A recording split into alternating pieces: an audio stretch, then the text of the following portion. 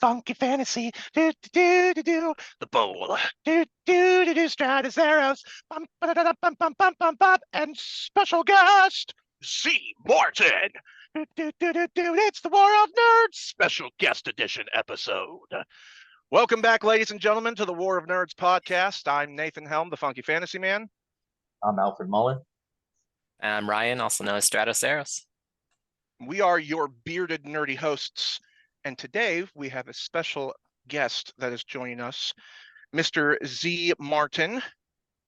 Please, sir, take the floor and introduce yourself and tell everybody out there about you and your works and your journey. Take it away. All right, I am Z Martin. I am a horror and fantasy author.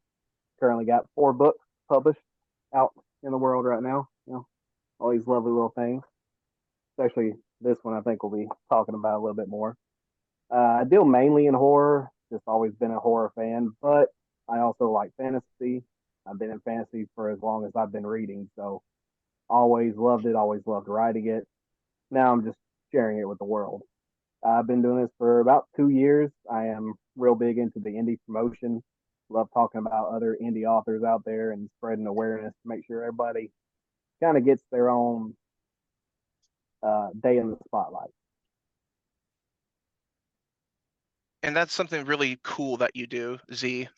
You post about it on TikTok and on Facebook, and Alfred and I have seen it. I'm not sure about Ryan, but tell all those people who are listening what you have. It's called the Indie Spotlight, correct? Yeah. So the Indie Author Spotlight, something I started about 8 months ago, I think. And what I do is I take just indie authors out there in the community and I give them a 16-question interview. I use my website, my personal newsletter to show them all, share an interview with them, show their book links. I send that off to everyone on the newsletter. Then I also share them on Facebook, Instagram, Threads, TikTok. Recently, I partnered with Books of Horror, and now the Books of Horror group is also getting those interviews once a week. So not so much helping the fantasy and the romance and the mystery, but I'm still working on getting those guys a little bit more help too. That's awesome. Absolutely. Yeah, Z is a force of nature out there in the indie community. He does nothing but support others, and he's constantly just posting comments and posting stuff on Facebook about, hey, y'all beautiful indie authors, show me your books so I can support you and put your stuff out there. So honestly, like bless your heart, man, because there's not a lot of people who do that or who take the time to do it, I should say. Yeah, absolutely. So we'll start here on the list. That way everybody's in order of track. And so we kind of already answered a couple of the top questions. So we'll go to this one. What's your most cherished book that you've written? The one I've written, I would say this one. The Gateway is the first long form story I've written. If you can ask anybody that's read any of my stuff, like Alfred and you, Nathan, I write a lot of short stories. I pack a lot into the stories, but they're real short. I wanted to make something that could write something a bit longer, other than Ike, that little tiny bit of Ike that everybody got. So that is the one I am most proud of writing. And you Awesome. should be. It was an amazing read. I loved it. I want more of it. So you are not the only one. There's some others asking for more, so I might do a standalone on it. Absolutely. Ryan or Alfred, if you want to ask the next one on the list. Go ahead, Alfred. So I guess you kind of answered this one too. Which book do you want people to know about more? Is it the same? Is it The Gateway or? Yes and no. I want more people to know about Ike. I'm trying to get the second one going and trying to make more of them as I go, but it's such an in-depth book that people that read the first one, they're going to want more immediately, and I'm trying to make that happen. So I want more people to know about it. That way, when the second one does come out, they all just flock to it. And I, I will add to that. I'm sorry. Go ahead, Alfred. I was just gonna say I was one of those when I was asked when you sent it to me. I was asking if there's more to it or if you had more that was gonna be added to it because it's an interesting world. It's so cool, unique, and while it has a lot of elements from other fantasy works, it's definitely a Z Martin specialty. It's fun. It's an easy read. There's cool magic. Gods and strife and evil villains. So I enjoyed it, and I could see why writing it could be a little difficult because of how much depth you have there. Yeah, I yelled at him right away after we had a little Discord session where I narrated the book for some people to listen so that they could hear his work. And God willing, if all works out, I'll be able to do the actual audiobook for Z in the next few months.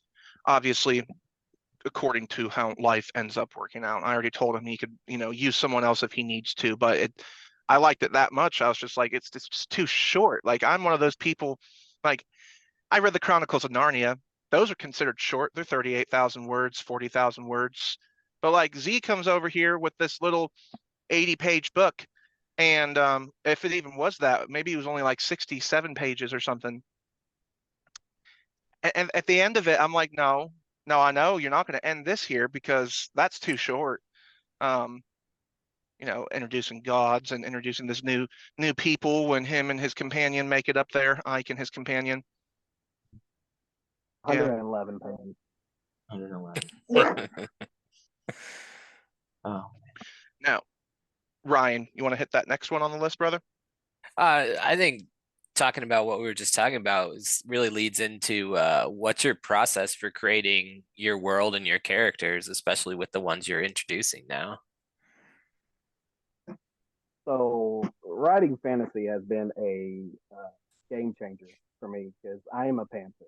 I don't plan out anything. I kind of walk in with a concept of what I want, and I just let the keyboard do the rest. Mhm. So with this, I actually saw a scene in my head, and I just knew this was it. This was the book I'm going to write now. Problem was, this was the end of the book. And it wasn't the end of this book, it was the end of a book way down the line. So I then had to come up with, okay, who are these two people I saw? How did they get to where they're going? And then once I started that and had a plan for, okay, this is who he is, then I had to build the world and I had to add more into the world and creatures and races and power scaling and magic and language. It's been a process. It's been a learning process for me going from writing single setting stories or just real short form stories to I'm about to span this over the course of 3 to 4 books. So process, not really much of one. Do you have a preference between the two now that you've done a little bit of both? I honestly prefer writing the horror just because it comes so easy to me. I can sit down and pen out a short story in 30 minutes and just be done with it. The fantasy, on the other hand, that's a year's worth of work, and it's a 50,000 word book. Just making sure I've got all the characters, the right places, the right birthdays, all this stuff. Sure. In the year 0514 of the Zeiss Age, character said birth was now he's 1,454 years old and the fourth of his lineage, with his family of 25 grandchildren, and all of them have different destinies. Yeah. Fantasy has its moments where you're like, you know what? No one needs to know how old they are. It doesn't matter. And that's something that you can do. That's brilliant about fantasy. You can have characters where it's hinted about their age, but you don't really find out until maybe you put out some like Silmarillion style encyclopedia of lore. And you find out this character's umpteen million years old or something, right? Yeah. Let's see. So Ryan asked that question. So that'll lead to how much research do you feel like you have to do or have you done for your books? Do you like to research the nitty-gritty of everything, or do you prefer to, like, you and I are both Marine veterans, so we have the fighting and the hand-to-hand combat and weaponry kind of in our memory, but do you like to create your own stuff, or do you like to really pinpoint close to, like, yeah, just take the floor?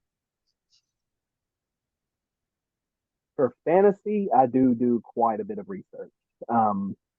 If you really dissect the first journey of Ike, you'll see that there are a lot of different religions that are brought in. There's a lot of different languages that are brought in. And granted, I've made them my own. I didn't just steal the words or steal the names from anybody.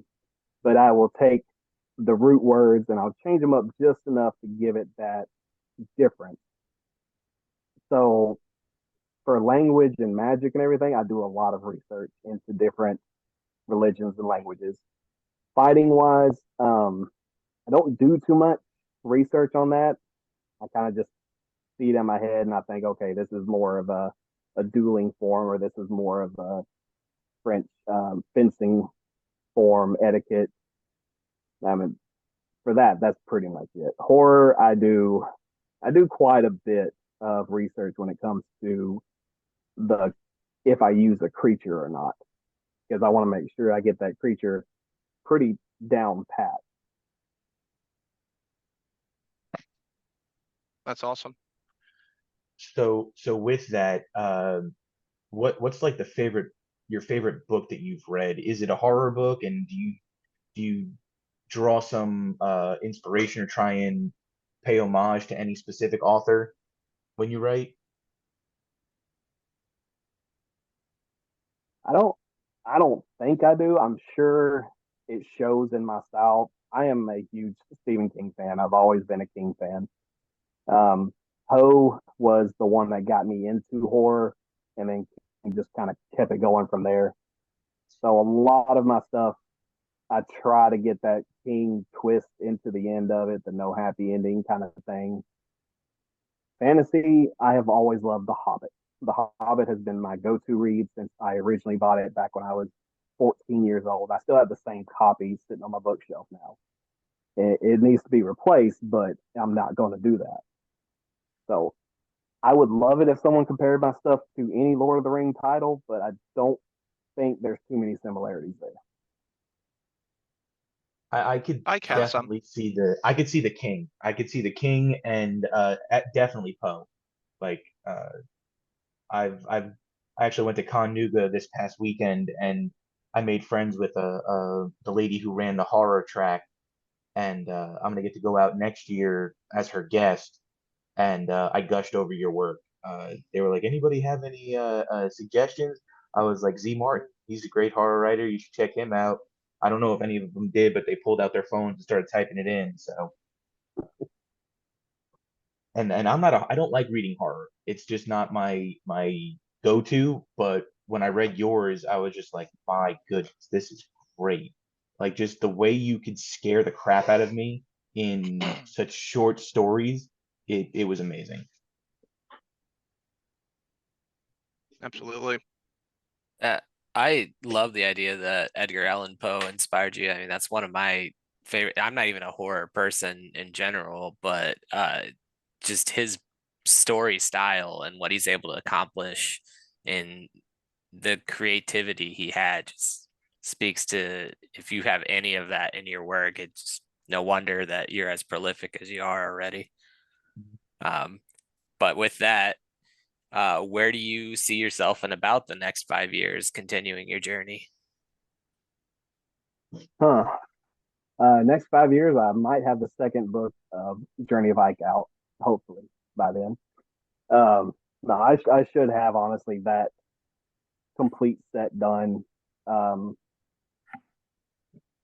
I don't see myself going too far into fantasy. I think once Electria is done, I think that's probably going to be it for the most part, unless I get some random inspiration. Past that, really, I'm just going to keep chipping away at short stories and submissions and collections, and just out there supporting the community. That's where I've kind of made my niche, my ground, my spot, whatever you want to call it, and what I seem to be good at. So I'm just going to keep chipping away at it. That's not awesome.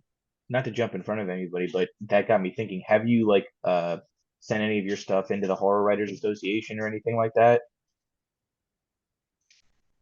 No,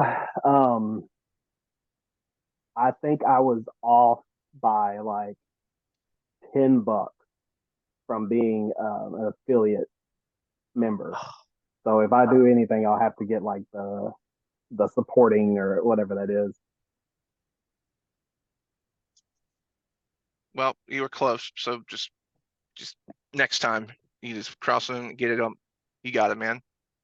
Yeah, I'm just gonna This is record all those sales when we go to the cons, and that'll count for it. It'll be fine. Oh yeah. heck Oh, yeah. yeah, absolutely.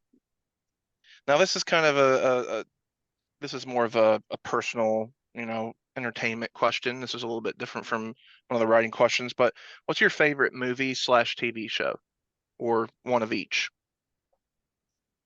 Hmm. And it can be animated, live action, it don't matter. Let's see. I have always been a fan of Dead Man's Wonderland. I have watched that I don't know how many times, and my wife's watched it with me. It's one of those I can go back and rewatch it time and time again, and I have no problem sitting through all those episodes. That's awesome. Yeah. And then what about a movie? Movie. And it could be a movie series too. It doesn't have to be just an individual movie like a trilogy or whatnot. Hmm. Dude, now you got me on the spot. What we do here. Yeah, it's killing me. Final Fantasy VII Advent Children. It's a good answer. Okay, I'll accept that. That's an acceptable answer on this podcast. Yeah, and I think you and I have talked about at length before about the TV show Supernatural as well, because I know you and I both love that show. Oh, And I that think was that's one of the probably. things that. Oh, go finish What's that, Martin. that? I'm sorry. I was going to say Oh that's a no, great you're. show to bridge the gap between horror and fantasy. At least the fantasy that I oh like to yeah. write. That supernatural element that you get, that you can have, that splits the gap of fantasy and horror. It's kind of what got Z and I talking about doing the co-writing project of the supernatural dark retelling of the Titanic. We'll get to it someday, whenever both of our lives and schedules allow us to do it. But it was one of those things that we grew up with, and Supernatural is just a really fun show. And Alfred, you want to take the next one, brother? I know you have at least you have 4 books out, right? 2 of them the short story collections, and then Ike and the Gateway. What is the first story you wrote? It doesn't have to be published. It could just be like the first story you remember writing. I know you have a Patreon where there's some free stories out. So when I first started writing, I was actually a poet. I started with poetry, and this was way back when I was 15. I couldn't tell you any of the titles because I don't remember. They're somewhere in this house in a binder. Past that, I kind of wet my feet into the submitting horror stories on No Sleep way, way, way, way, way back in like 2010, I think. The first story I ever wrote was called My Eye, and it was a short horror story about a woman who had no vision in her right or left eye, I'm not sure which, and she got an implant that let her see in kind of like a sonar way, kind of like a black and white outline type of vision. And she had a little friend pop in to her eyesight every now and again. And then I come to find out it was actually a movie that was basically that same thing, by with Jennifer Lopez or something. So Interesting. And you had never seen that movie. It was just kind of a coincidence that you wrote a similar story. yeah, it wasn't exactly the same, but she had like an eye transplant and then started seeing something. So I mean, close enough. Yeah, yeah.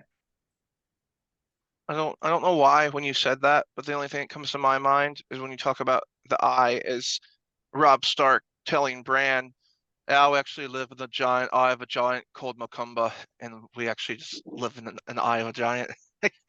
There, there's some cool things you could do with that though. Like you take like anime like the Uchiha clan and their visual prowess, right? Well, if you took a character, horror, supernatural, fantasy, whatever, and this character could shoot energy out of their eye, villain or what have you, and they could suck people into their eye and it actually transplanted them into a different reality. So you're the entire time you're in this person's eye, whether it's a horsescape or a different reality or a, a, a Narnia type world, and this whole time you're just in this person's eye, and the whole time you're in there, you're losing your life energy the longer that you're sucked inside this person's eye. That'd be cool. There you go, Z. I just gave you your next fantasy supernatural horror story to work on. So I expect a draft at least 1 year from now. Yeah, that's about how long it'll take me to get to it. Well, you talked So about what you were doing next with your book line.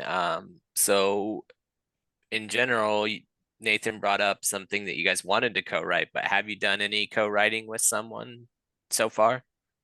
I have not co-written with anyone yet. I've done a lot of submission pieces and stuff, but no one's ever kind of approached me like, "Hey, you wanna go into this?" Other than Nathan. But I mean, I would be open for it. It would be a interesting new process, new thing to tackle. But I think me and Nathan can do pretty good with the Titanic. Yeah, I'm That's excited not for the that. set name. oh yeah, I told them a little bit about it, how they avoid the iceberg and end up in Cthulhu's domain in the sea, and that's the last part of the book is just the boat getting sucked down with a magical barrier around it so that nobody drowns, and they're just all getting attacked by these supernatural creatures until everybody's dead, and it's going to be beautiful. Um, and we already talked about the conventions. I mean, I'll remind the listeners at the very end about the conventions as well. So we'll save that one for the end. But tell us a little bit about Z, Martin, Z's life. What are some of your hobbies outside of writing? What do you do for a day job? What are things that you enjoy doing with your family or outdoors or what have you? So I am an operations manager with Love. Um, Nathan should definitely know what Love's is. All over the country. So I'm there. Truck stop. Yeah, I'm there about 50 hours a week, 5 days a week. So when I'm not there, I like to just do nothing because I'm so tired by then that I just don't want to do things. But I usually come home. I have 3 kids and a wife. So me and the kids will go out and play catch, go play outside. We live way out in the backwoods, so I've got, you know, 50 acres out here to do whatever I want with. As long as we don't whistle outside at night, we're okay. Now I do some woodworking. It's always kind of been a habit, just keep my hands busy because I don't know if you can tell, I move my hands a whole bunch, and I try not to do that too much. But I do some woodworking. I do a lot of reading. Play some good games. Me and the wife will usually sit down and play games for 2 or 3 hours at nighttime after the kids go to bed, just to have a little bonding time. That's cool. Absolutely. And I'll ask this before Alfred or Ryan asks the next one. But what's one of your favorite video games to play? And what system do you have? So I currently have the Xbox Series S. I still have my Nintendo 64, my PlayStation 2, Super Nintendo, Xbox 360. I had a PS4, but it stopped working and I just didn't bother replacing it. As far as my favorite game, Dragon Quest 8. I don't know why, but that is by far my favorite game, and I just will go back and play that nonstop. I played a little bit of Dragon Quest. It's just a fun game to get into. It's cool. It's action RPG, so Absolutely. Heck yeah. And whoever would like to take the next question on the list, Ryan or Alfred. Ryan, I see you Good, got one highlighted. You can go. Oh yeah. So it's an interesting one, and feel free to tweak your answer however you want. But what's your most embarrassing moment in your writing career? Told you, man. So, I done warned you before you came on here. this actually, I have an answer for this, so that's okay. All right. When I first got into actual self-publishing, I had been involved in a anthology in a Reddit subcommunity. So something happened. I mean, I won't go into too many details. Just the guy basically disappeared off the face of the earth. The next anthology just kind of fell through the cracks. So I took all those stories I had and decided, you know what, I can do this all on my own. I had no experience in the indie community. I had no experience publishing, no experience formatting, no experience editing, cover designing. So within a day, I had done all this on the computer and made my own book. And I went ahead and sent it out as it was ready to go without seeing the proof copy. Needless to say, anybody that bought that book, I don't think they'll ever buy a book from me again because it was bad. And I mean, it was bad. The cover design was a stock photo. The story titles took up a whole page and it wasn't spaced properly. Like a 5-letter word went 2 letters here and then 3 letters here. And it was just bad. It was really, really bad. I actually have a copy of that in my truck that I'm going to give to Alfred when I see him up in Tennessee. Those are going to be collector's editions at some point, and they're going to be worth so much money. Yeah, I better mean, get not too one many too. people have them. I better think get I one think I the too. one I still got sent one. I think the one I sent you Z is probably my equivalent. It's similar, created my own cover, didn't check the formatting or anything like that, and you're not alone. It's I've heard from a lot of different indie authors who just start getting into the indie publishing where it's like you don't know what you're doing and you're kind of just out there on your own until you can find a group and a community. Yeah, and that's one of the things I'm going to do when we go to Texas. Is I'm on the quick start guide to actually help people get their first book off the ground easier. Oh, that's awesome. I'll help you with that while we're there. Put stuff together at the table and whatnot. And don't worry, having an embarrassing moment. I mean, y'all, when I send you, I'll send you the original manuscript for my first book that I thought was just the greatest stuff since sliced bread. But oh, Lord have mercy. It was all one paragraph, everything. All 30 pages, one paragraph, no spaces between dialogue, no any sort of formatting whatsoever. And apparently I called it a prologue. I'm like, okay, but I share it with people because you know what? That's the beauty of it. Having those embarrassing moments is what, if you can't laugh about things that are moments like that, then just, I mean, don't even bother being in the field. Speaking of like anime lit and stuff, I one of the first things I ever wrote was a fan fiction of Dragon Ball Z, and it was just a complete single paragraph, and it was about 30 pages, and it's just single paragraph all the way down. Oh man, Uh, those are gems. Those are yeah. national treasures that should never be forgotten. Believe it or not, I've actually been like going through it because it was on an old WordPad or whatever notepad program. I've been going through on if I have free time, just fooling around with it, trying to put it back together and reading through it. And man, it's bad.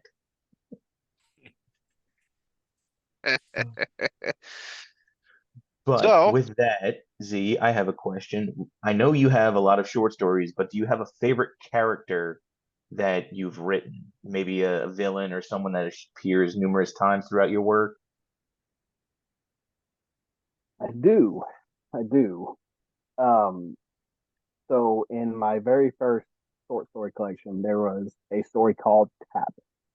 Um, there was the villain, the bad entity in there, I didn't really understand what he was when I first wrote that story. And I was approached by my mother who read those stories and was like, what happened? Who is this? What's going on? What happened to Sarah? And a lot of my stories kind of have an ambiguous ending. So I don't just feed you all the endings. I let you kind of make your own assumption as to what happened. And I was like, well, I'll write another one so you can have some closure on this.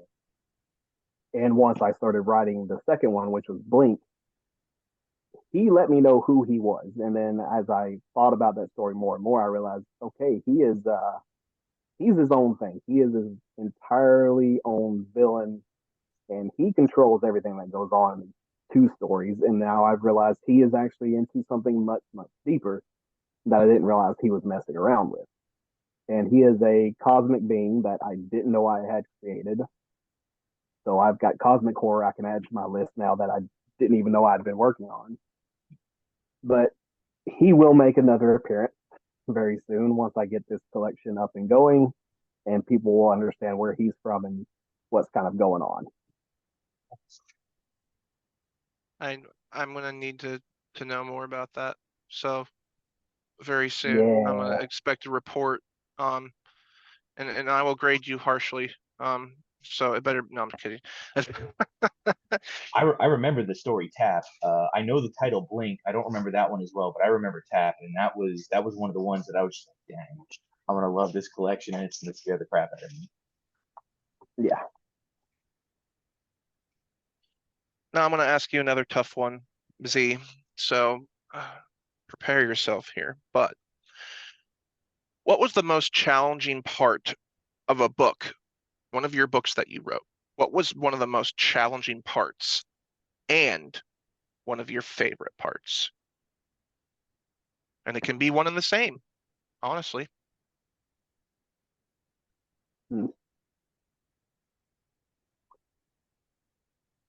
Honestly, probably the most challenging part was in the Journey of Ice because there's so much I want to give away, and the beta readers that got their hands on it first kind of had me pull back on that. They didn't want the big bad shown right up front within the first three chapters, I think it was. So that was honestly the hardest thing is kind of drawing that back and letting the tension build, letting the climax happen a good bit later on in the story because I wanted to show you who he was and realize, oh crap, I gotta fight this guy. That's gonna suck. Now, as far as the best part, I think the best part was a character I created in Journey of Ike, and that was Alora because everyone loves the crap out of her, and I didn't give her enough attention, and she apparently realized I didn't give her enough attention and made that very well known that she is not to be belittled. You know, it's funny with things like that, Z, because you have a character in mind that you think isn't going to be what they turn out to be. And, I had a character in my second book that was just supposed to be this character fights him and then he goes away. But I was just like, you know what? I'll leave it open. Well, everybody comes back and they're just like, yeah, so I need more of this person. Like, what? He was barely in it. But your readers help you determine. So now Z, that people, because Alora was an awesome character. And she was a little bit mysterious too. I mean, she knows more than Ike. And you led up to them getting to that. What was the name of the city where they ended the book, where they were at in the north? Oh, the Remind me of Riken home base. Yeah, which is an awesome, sick name, by the way. And you have that blind dude there, and I was talking with you about him. I'm just like, so this guy needs to be a bigger part of the next book, whether he's a trainer or I'm just like, come on, like blind characters are awesome. I mean, we can think of so many instances. Daredevil, the Donnie Yen's character in Star Wars Rogue Rogue One. Oh, I am one with the Force, the Force is with me. Anyways, sorry. Rogue Young. Wow, that's gonna be a fun one to remember. Um, but do you feel like for Alora's character, Was it because that your readers were wanting to know more about her that you're excited to do that, or was it always in the plans and it was just kind of a test trial for you with her? She had always been in the plans for this. The end scene I saw did not involve her. That's not a spoiler, so don't worry about that. But as I was writing, she popped up, and she was the next step. She was the one that was going to be there, and she made that very well known. I didn't have a choice that she was not going to be part of this. Right on. And Alfred or Ryan, whoever would like to hit that next one. I'll go ahead and go. If you could write with a popular author, dead or alive, kind of like that co-writing question, or even take over their series and revive their work, if you're kind of like continuing their legacy, is there one in mind that you have?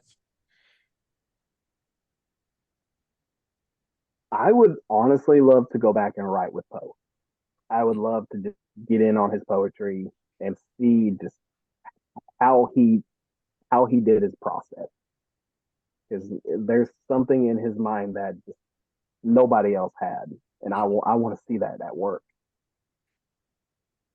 Yep, that's a great answer. And I think like just his history, and if like you delve into like everything that went on in his life and whatnot, that just it you see it in his work too. So I think experiencing some of what he would goes into your genre with horror very well too. Yeah. It ties into a question I've been dying to ask you too. What do you think the aim of horror is as a genre, and how do you personally dive into the psychology of humanity to get the fear that we feel when you write your stories? Ooh. Okay. Ah, That's a tough one. So horror has branched out over the last several years. I mean, used to you got kind of just generic horror. I mean, you got something that either scared you or there was a creature involved, and that was it. That's all you had.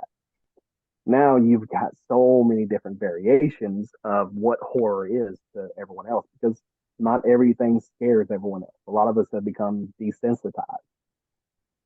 So that to me, the aim of horror is to make you uncomfortable when you can't be made uncomfortable. If I Yeah. watch a scary movie and it actually makes me scared to turn off the light, I'm going to remember that movie forever. That doesn't come along very often. A lot of what I do in horror is the psychological kind of horror. I love digging into the brain because there's a lot of evil in the human vessel that is untapped. I love making people question, like, okay, was this person actually insane? Were they actually seeing demons? What kind of went on in this? And I think a lot of people don't see that. They see the true crime story. They think, oh, that can't happen to me. One in every three people is a serial killer. You pass them every day and you just don't know it. Yep. Or they have psychopathic tendencies that you just don't know exist because they've learned to mask and cope. And these are the real life experiences that we try to touch on in these stories to let people know, hey, there is evil out there. You just got to actually look for it. And even like you said, one in every three, even some of those people don't even know that they have those psychopathic tendencies because it's just a trait that's locked deep within their DNA from childhood trauma, family, um, family drama, whatever it was, stuff they grew up with that just got locked deep in their psyche. And then something in their life and experience that they have unlocks that and they just go insane. And you see it on the news or in the newspaper, an episode of NCIS. You're like, this person, they could have never done this. They were so blah blah. Right. Anybody's capable of anything. Um, Yeah. and you and I have talked about this. See, I think it's funny. You talked about horror for what it is, right? It's meant to make you feel uncomfortable. It's meant to make you feel disgusted, scared. That's why it's like, if you don't like that stuff, don't read the books. And you see Yeah. these reviews people leave 1 star, gross. this author wrote a disgusting book. Well, why'd you pick it up then? You saw what it was. You don't need a trigger warning. It's called horror for a reason. Psychological thriller, supernatural, occult, whatever it is. If that's not stuff you're into, if you don't watch those types of movies, that stuff makes the jibby jibbies. It's not Scooby Doo. It's not, just like Scooby Doo. Where are? Ooh, it's a ghost. No, this is like real life evil, which is a whole different beast. So I think it's pathetic when people complain about it on reviews. It's like, well, you knew what you were getting into when you picked this book up. So, and firsthand, Z, the amount of drama and ridiculous nonsense there is in the horror community on Book Talk and among other indie authors, and it's we could go on and on about that, but good question, Alfred. Thank you. Well, let's see, Z. What's that? I said it was a great answer. Fantastic. That was an A+ answer. If there was a grade above A, I'd give it to you.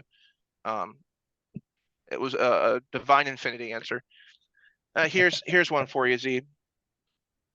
Why did you choose to be an indie author? And if you had the opportunity, because us three, we're pretty much anti-trad pub, and very, very rare circumstances, maybe a yes.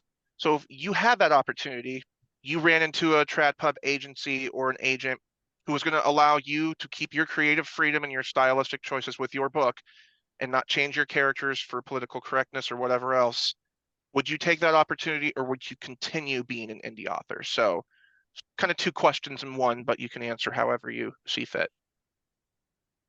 That's always been my problem with trad pub is I want to retain my creative freedom, because I've heard all the stories about, hey, they wanted to do this, but then they got redirected. No, you can't do that. No, you can't do that. Well, who says I can't? Maybe that's the thing that needs to happen. Mm-hmm. So if I could keep my freedom, the way I wanted to do the creative stuff, I still probably wouldn't do it, honestly. I would still probably just keep writing my own stuff, because the problem that would come for me is deadline. I work better when I don't have a deadline. If I have that deadline, I'm going to just wait till the last minute. I'm going to throw out 20,000 words, and it's going to be absolute garbage, and hope and pray for the best. Hey guys, what were we just talking about on our last episode? I was going to say the same thing. Deadlines, the process of writing. We all agreed that deadlines are horse dung, and they do not help. You have authors like George Martin who can't even get words on paper anymore because the deadlines have just made him, lose his interest, and now it's just a chore. So I'm with you there, man. I don't think deadlines are healthy. I think an overall layout for the book timeline is good. Like, hey, 2 years. We just need it sometime within that time frame. Okay, as long as there's no individual deadlines for like chapters 1 through 5 need to be done, 60 days from now. No. You can't rush greatness. So. Yeah, I think traditional publishers will have to step up their game significantly if they want to stop the indie push, because you're your own boss. You decide what you write, when you write it. You can keep all the profits for yourself and distribute them how you want. You don't have to share with an agent. You don't have to share with a publishing company. And as it is right now, you have to do all your marketing regardless of which option you choose, which is why many self-published authors try to get a traditional publishing contract, because they're mistaken thinking that the traditional publishing company will actually help you with that, and they don't. That's something that, sorry, I wasn't trying to cut you off. No, go ahead. That since you just spoke on that, there was actually a publishing company that reached out to me the other day because about my whole indie author spotlight, and they're a good publisher. I'm not going to say who they are because I don't want to spoil anything just yet, but I thought this is very weird to me that a traditional publishing house is reaching out to me to help promote their authors when they've got big name authors. Don't y'all have people to do that? But I mean, I'm not going to say no to them. Heck yeah. See, Yeah. that's the thing. Like, I don't mind helping other authors, like any author, whether indie or traditional. That's Mhm. awesome. Like that's really high praise, I would think. Yep, I agree. And honestly, they both have their pros and their cons, traditional and indie publishing. But I just think the appeal for indie publishing right now, beyond just the creativity, is you control your timeline, not just with deadlines, but when you were ready to publish your book, it's out there. With some of the traditional, you're sending your book in for its final edit, and it's a year and a half before it releases because it's on their time schedule of when they think that book needs to hit the market. And I think for a lot of people, it's like, no, if I'm writing this stuff and I want people to consume it, I'm putting it out there now, and whoever finds it finds it. And if I can make people find it, I'll make people find it. And that's the challenge we have right now. But as soon as we jump over that hurdle, traditional publishing is going to have to change in order to compete. Yeah. Yeah. Yep. I was actually just at was at the Con Nuga with Dan Jolly. I don't know if any of you guys know him. He wrote comic books and he wrote some dialogue for video games, and now he's a author with Fall Press. It's a small indie publishing company, but he brought up something that I thought was interesting. Was when he wrote a story for them, he was like, "Oh, these creatures are named X, and I named these other creatures which are similar a different name. It would be really cool if the names were similar or had the same feel." So he reached out to the publishing company and like, "Oh yeah, that would be cool, but we're not going to do that because the way the press is set up, the story may not have been printed yet, but it was laid out months in advance. So if he wanted to change the name of that, it would have cost them like $15,000 to take all that stuff down, realign it, change the name of everything." And he was like, "Yeah, they're not going to do that." But for us, we just go on KDP or wherever we publish, fix the manuscript, and resend it out. And all of a sudden, we have the names match in a more stylistic similarity. Mm-hmm. Yeah, it's with your trad pub stuff, there's just a lot of things. I've talked to a couple authors who they started off as indie and they ended up getting a trad pub deal or whatnot.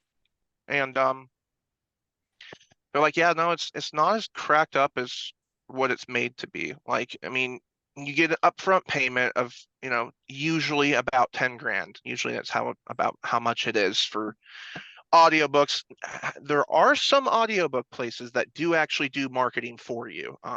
There's a couple of them, but that's different from books. The audio industry, audiobooks are a lot more popular than reading books, just because of how busy people's lives are consuming the audio, et cetera, et cetera. But you get that upfront payment, but if you don't make more than that, you're not going to get another lick. You're not going to get another dime.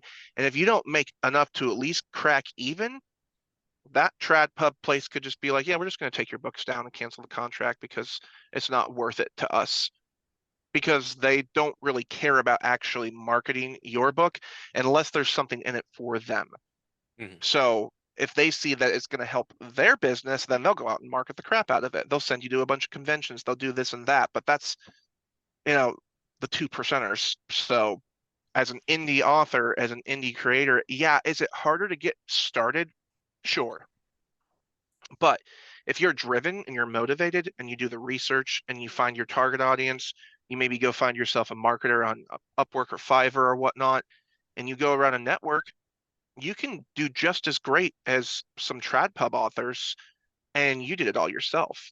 And maybe down the line, you have your own little LLC publishing house, and you just can be proud. I feel like there's just more to be proud of when you're doing everything yourself. I'm not taking anything away from trad pub, but that's just kind of how I feel about it. Is the journey of being indie is just awesome. Yeah. So taking off of that, going back to Z here a little bit, so he gets the spotlight that he's due for this. We talked about in our last episode some things where like we had kind of goals as writers of like what was our benchmark or what would impress us if we got back from fans. But do you have like a proudest moment or something that's someone reached out or a comment that hit you that just like, I'm doing the right thing with my books? Yeah. Um, I've found a couple of readers here and there that they come back for every single book. I didn't even know they existed. They just found me, and then I started seeing them post about my books. I'm like, I keep seeing this name pop up, and then finally, I was, oh, they're following me on my page, and then they literally talk about my book every single time. And then they start actually talking to me. They start actually communicating with, okay, I've actually got fans. That's pretty cool. Yeah. But the one that actually made me the proudest was I took a break from TikTok because I just got tired of the negativity for a little bit. And I didn't really realize what my videos were doing for a lot of people. And then I made some videos saying, hey, I'm coming back. I'm just trying to work my way back into it. Give me some time. And there was one comment by a lady on there who said that her or my videos were the reason she kept writing. Like, you know what? Okay, I've done it. I've made a difference. That's all I need to do with my life. I'm good now. Oh, That's man. awesome. And that's that community of the indie, the good part of the good community in the indie sphere that really just speaks volumes is when they do support each other. It's such a community. And if we could get rid of the toxicity, it would just thrive even more. Agreed. Absolutely. 100%. I know you said that you're out in the in the woods. You've got plenty of land. I can relate. I love it. But does it help you write? Do you like go out on your back deck and sit and get inspiration and write, or do you have a like your desk you sit at and write, or where's your favorite place to go and just get words on paper? Weirdly enough, the easiest place it is for me to write is at work sometimes. I don't know why, but I can typically knock out like 500 words while I'm sitting there at my desk waiting on something. Um, I do have a desk. I just don't ever use it. The whole reason I bought a laptop was so that I could move around because I can't just sit in one spot the whole time.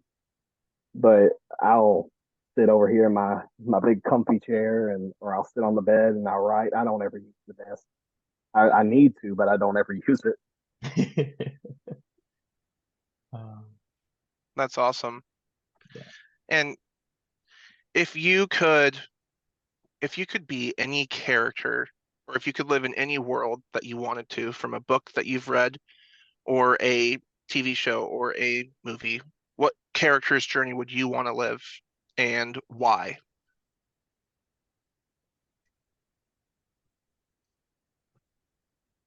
I'd go into One Piece, honestly. One Piece would be the best. It would. I agree. But who would you be? Oh, There's a lot of powers to choose from. Would you be a Marine admiral? Would you be just a regular pirate? Would you be part of the Luffy's crew? You know, what fruit would you want? Like, come on, you you'd gotta have elaborate here. to you'd have to go into Luffy's crew. There's no other way. Yep, Luffy's crew is the only way to go. 100%. I don't know. I can't really think of a fruit I would want though. It's the only problem. Well, Luffy's There's fruit. too many, and there's too many he hasn't shown us that I don't know. I mean, I think you made a good choice with Luffy's devil fruit. I mean, that's a pretty good one, and for anybody who's read the manga would really know it's the best one to have. So, no spoilers here, but um, so that's who you want to. Okay, that's interesting. And if you had the opportunity to say like work with Oda on writing the manga or the story, would you, or just any story that you like, would you want to change directions on any arcs or anything like that, or would you like to be part of the creative process and I have an honestly I wouldn't change anything he's done. I definitely would want to be in on that. on his thought process. So there's a lot of stuff. I mean, I've been following since it came out, and we're over 1,000 chapters in just the manga alone. No filler, nothing. That's insane. But there's stuff that he alluded to way back in, chapter 2, 3 that's coming to fruition way later on. Absolutely. The amount of depth and time he has put into this is amazing. That's awesome. Alfred, Ryan, you got any other questions?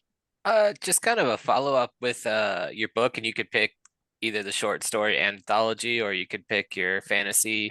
But if it got adapted into a TV or a movie series, what do you think it would be closest resembling?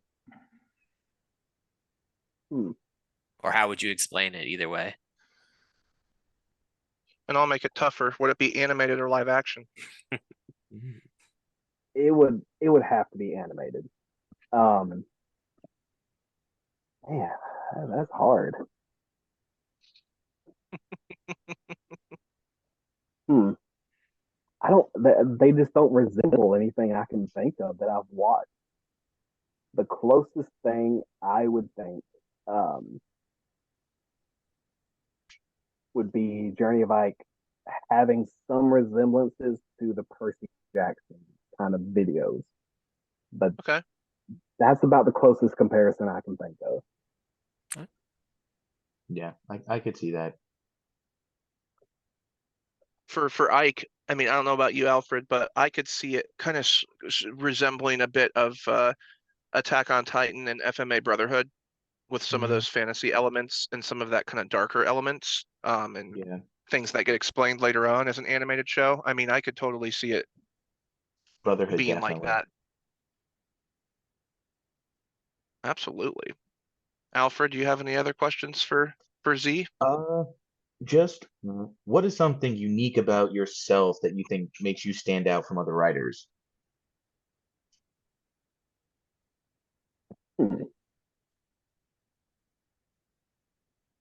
Or do you think that you may not? I mean, you could just humbly say that you're not sure, but you've got I know you've got at least 2 fans on here, so I don't really think I do anything that sets me apart from everybody else. I just kind of keep trucking along. I see a lot of writers, they kind of all have the same thing going. They all kind of boost the same people, or these people boost the same authors. It's not the way to go. If you're going to boost the community, boost the whole community, not just one person. My nose isn't too brown. I keep it kind of all over the place. And something that we're sorry, go ahead. No, I was just going to say, yeah, that's definitely something that you do that not many indie authors will do.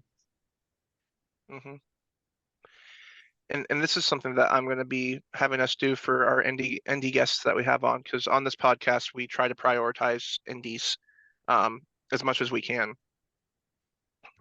So I want you to take a page from any of your books that you have sitting there, your choice, one of your favorite pages that has some cool dialogue or just a cool moment that you really liked, and I want you to read it and let people get a little taste of a page that you're just super proud of and something that's intriguing about one of your books. Or if you want to read one page from each of your books, if you have more than one that you can think of, something to give people a little idea of your flavor.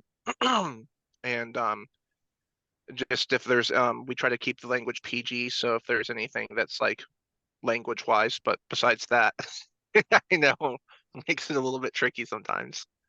Yeah, we could always skip the word or just say something bleep something. Oh yeah, just bleep or banana or whatever.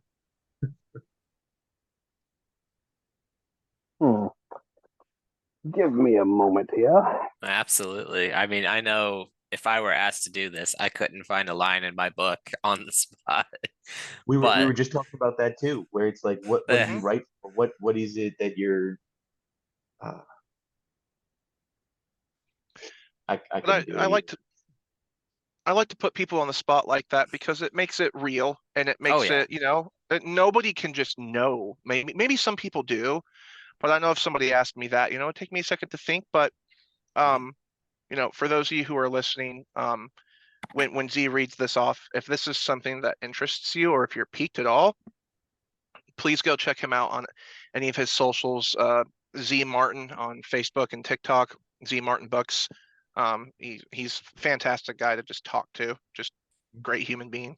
And when we Absolutely. release these episodes, we'll have links to all of his work that you guys can just click on those from the episode and go straight to it. Absolutely. And that would be something. You're on Amazon, I know that, but do you have a specific page that you'd like people to go to more? Like if you have like your website where you sell books or anything like that? So, I mean, I'm pretty much on every social as Z Martin Books. But I recently put up an Etsy. The best thing that I would suggest, honestly, is my actual website, the Z Martin Books, because that's where I show off the indie spotlight. That's where I show off my recommended authors, my reviews, which I've got to update that. So don't go look at that tab yet. But once I get that updated, then yeah, go check it out. Wonderful. And which segment from what book are you reading as a segment from? All right, so we got The Price of Insanity. There's a story in there called Thin Spot. And I've had a lot of readers reach out to me about this story because there's this last passage, for whatever reason, hooks them. I now have a nice long scar on my palm to remember that trip by. I've joined online chats and message threads related to events like these, and the one thing I've learned is our world is thin.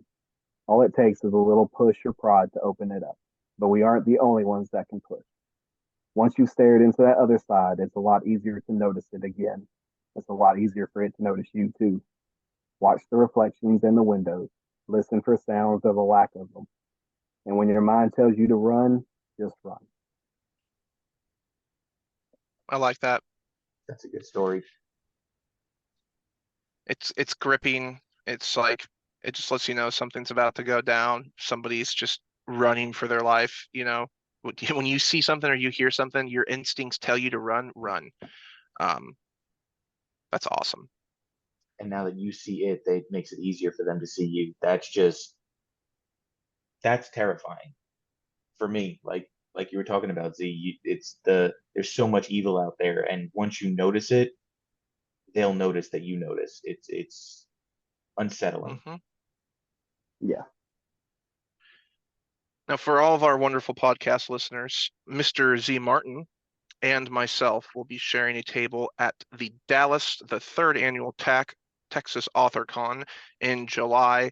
For specific dates, you can reach out to either of us, and he'll also be there with Alfred Muller and myself at a convention in September in Knoxville, Tennessee.